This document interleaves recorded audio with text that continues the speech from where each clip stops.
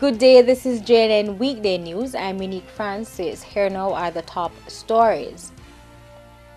After 65 days of trial, Justice Lennox Campbell has handed down the sentences in the case of entertainer Vybz Kartel and three of his co-accused for the murder of Clive Lizard Williams. Kartel, whose real name is Adidja Palmer, received life in prison and is to serve 35 years before he becomes eligible for parole. His co-accused Sean Storm Campbell has also been sentenced to life in prison with 25 years before being eligible for parole. Another co-accused, Kahira Jones, has received life in prison with 25 years before being eligible for parole, while Andre St. John received life in prison with 30 years before being eligible for parole. All four men were found guilty on March 13, 2014, after a very long and publicized trial. Meanwhile, one of the lawyers representing Vybz Kartel's Christian Tavares Fenson gave his reactions to the judge's rulings. The issue of sentencing is really outside of the realms of the defense attorneys or the accused, well, the convicts in this case, and it is something that the judge and only the judge can address. And that is something that he had asked for submissions on. We did what we thought was in the best interest of our client, and it is now a matter for him in terms of how he wants to go about the appeal process. In addition to the fact that he has a clean record, at the end of all of that, he has instructed us to indicate that he is innocent and he will be appealing the sentence. Corporate area customers of the National Water Commission (NWC) are being told to brace for increased supply restrictions. The prolonged dry spell has significantly affected inflows into two major water supply facilities.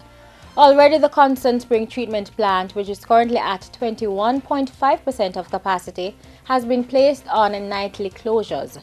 The NWC has announced that with immediate effect, the Mona Treatment Plant will be shut down daily between 9 p.m. and 4 a.m.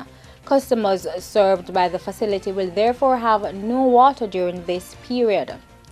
Areas that will be affected include Hope Road, Mountain View Avenue, Devon Square, New Kingston, Lady Musgrave Road, Maxfield Avenue, Ligony, sections of Halfway Tree Road, Crossroads, and sections of downtown Kingston.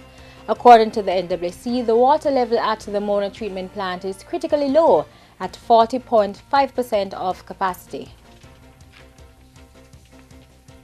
Now, the Jamaica Urban Transit Company JUTC reportedly recorded a 15 to 20% increase in revenues on Monday, resulting from the rollout of its new sub-franchise system. Managing Director of the JUTC, Colin Campbell, was, however, unable to give a dollar figure yesterday evening, as he said he was out of office and did not have the report of the day's inflows at hand. He told our news center that the bus company has set a target of a 40% of $5 million Jamaican dollars increase in daily revenues.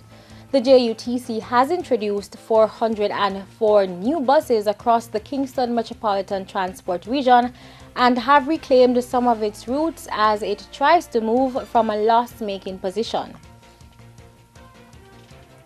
The country will this afternoon hear how much the government intends to spend during the 2014-2015 financial year. Finance Minister Dr. Peter Phillips will table the estimates of expenditure, which will provide details on what ministries and agencies will receive for recurrent and capital expenses. Last year, a $520 billion budget was presented. It was later slashed by $20 billion. On April 17, the Finance Minister will outline how the budget will be financed. And in entertainment news, the Sonos studio in Los Angeles on Tuesday made the announcement of the introduction of a new exhibition which will highlight the sound system element of Jamaican music culture. According to the studio's official, the Hometown High Five exhibition celebrates how Jamaica changed listening forever. Inventors of the exhibition believe that it will, quote, explore the origin of the dub movement dating back to the streets of Jamaica in the 60s, where engineers discovered a new way to enjoy music, end quote. They also described the sound system as a musical revolution that brought people together from all over the world. And those were our news stories. Remember to check out our website at JamaicaNewsNetwork.com. I'm Unique Francis, and this is JNN, News Worth Watching.